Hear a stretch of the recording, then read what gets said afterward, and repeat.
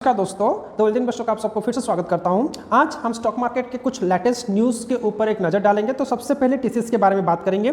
तो देश की दिग्गज IT company Tata consultancy services TCS 40,000 freshers की नियुक्ति करेगी। ये हायरिंग कैंपस बेस्ड होगी, मतलब यह है कि कंपनी कैंपस सिलेक्शन करेगी। ये बात टीसीएस के COO एन गणपति सुब्रमण्यम ने कही है। उन्होंने कहा कि कंपनी चालू वित्त वर्ष में 40,000 फ्रेशर्स की भर्ती करने की योजना पर काम कर रही है। उन्होंने कहा, हम आमतौर पर 35,000 से 40,000 लोगों को काम पर रखते हैं और ये योजना अब भी बरकरार है। ये हम इस दिशा में आगे बढ़ रहे हैं। बता दें कि टीसीएस के 6.14 लाख कर्मचारी हैं। तो अगली न्यूज़ की ओर बढ़ते हुए, रिजर्व बैंक ने नियमों के उल्लंघन के मामले में आईसीआईसीआई बैंक और कोटक महिंद्रा बैंक पर जुर्माना लगाया है।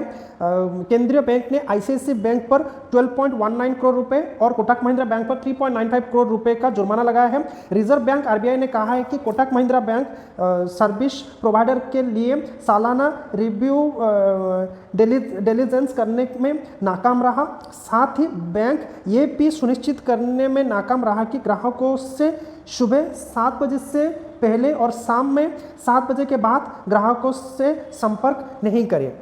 चलिए दोस्तों, हमारा अगला न्यूज़ है। बाजार में आज तेजी देखने को मिली है। अच्छी ग्लोबल संकेत और बैंकिंग शेयर के अच्छी नतीजों ने आज बाजार का मूड सुधार दिया। इस तेजी में सेंसेक्स आज 261 अंकों की बढ़त लेकर बंद हुआ है, जबकि निफ्टी 19,800 के पार बंद होने में कामयाबी रहा है। दिग्गजों की तरह ही छोटे मौजूले शेयर में भी अच्छी खरीदारी देखने को मिली है, जिसके चलते बीएसई मिड कैप इंडेक्स में 0.4% और स्मॉल कैप इंडेक्स में 0.7% की तेजी आई है। कारोबार के अंत में सेंसेक्स 261.16 अंकों या 0.39% बढ़कर 66,428.09 पर, निफ्टी 79.70 अंकों या 0.40% बढ़कर 19,811.50 पर बंद हुआ है। आज लगभग 2,102 शेयर बढ़ी है, वहीं 1,451 शेयरों में गिरावट देखने को मिली है, जबकि 142 शेयर में कोई बदलाव नहीं हुआ है। तो दोस्तों चलिए, हमारा अगला जो न्यूज़ है वो L&T टेक्नोलॉजी के ऊपर है।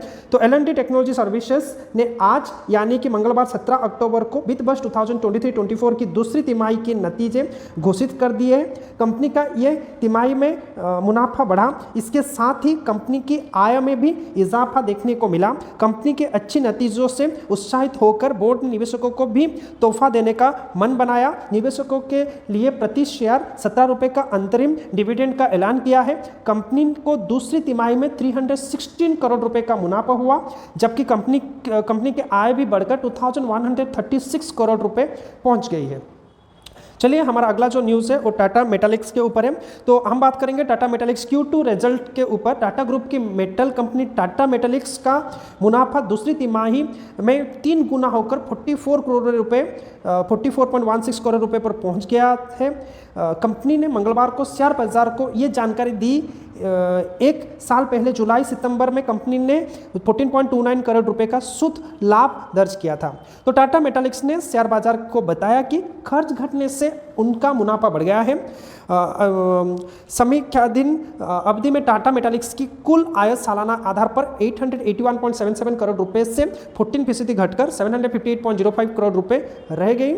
जुलाई सितंबर 2023 में कंपनी का खर्च सालाना आधार पर 861.64 करोड़ रुपए से घटकर 696.41 करोड़ रुपए रह गया है। तो दोस्तों चलिए, हमारा अगला जो न्यूज़ है वो हम लोग बात करेंगे। शेयर बाजार में listed multibagger penny stock MIC electronics के शेयर में मंगलवार को तूफानी तेजी रही है। सप्ताह के दूसरे कारोबारी दिन ये शेयर 5% अपर सर्किट के साथ 40.60 रुपए की रिकॉर्ड ऊंचाई पर पहुंच गया है। कंपनी के शेयरों में ये तेजी रेलवे की ओर से मिल रहे ताबड़तोड़ ऑर्डर की वजह से आई है। तो दोस्तों, हमारा अगला जो न्यूज़ है वो अंडर कॉन्सेप्ट IPO के ऊपर है। ओमनी चैनल रिटेलर और डोर कनेक्ट का आईपीओ, डोर कंसेप्ट का आईपीओ 23 अक्टूबर को सब्सक्रिप्शन के लिए खुलने वाला है। कंपनी इस आईपीओ के जरिए 31.18 करोड़ रुपए जुटाना चाहती है। कंपनी ने इसके लिए 280 रुपये प्रति शेयर का ऑफर प्राइस तय किया है। निवेशकों के पास इसमें 27 अक्टूबर तक निवेश का मौका है। आईपीओ के तहत 14.98 लाख फ्रेश इक्विटी शेयर जारी किए जाएंगे। कंपनी द्वारा 259 रुपये प्रति शेयर पर 2,85,200 शेयर के फ्री आईपीओ प्लेसमेंट के माध्यम से 7.39 करोड़ रुपए जुटाने के बाद इश्यू का आकार कम कर दिया गया था। अक्टूबर में एसएमई सेगमेंट में ये 5वां आईपीओ होगा।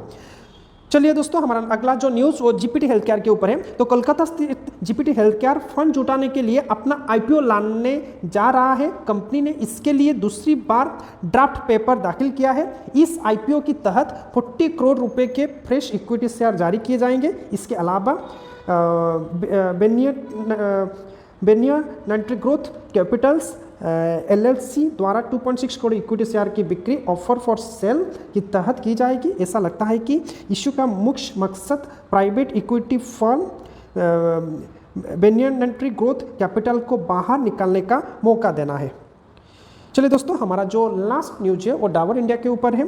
तो fast moving consumer goods sector की दिग्गज कंपनी डाबर इंडिया को करीब 321 करोड़ रुपए का गुड्स एंड सर्विसेज टैक्स चुकाने का नोटिस मिला है।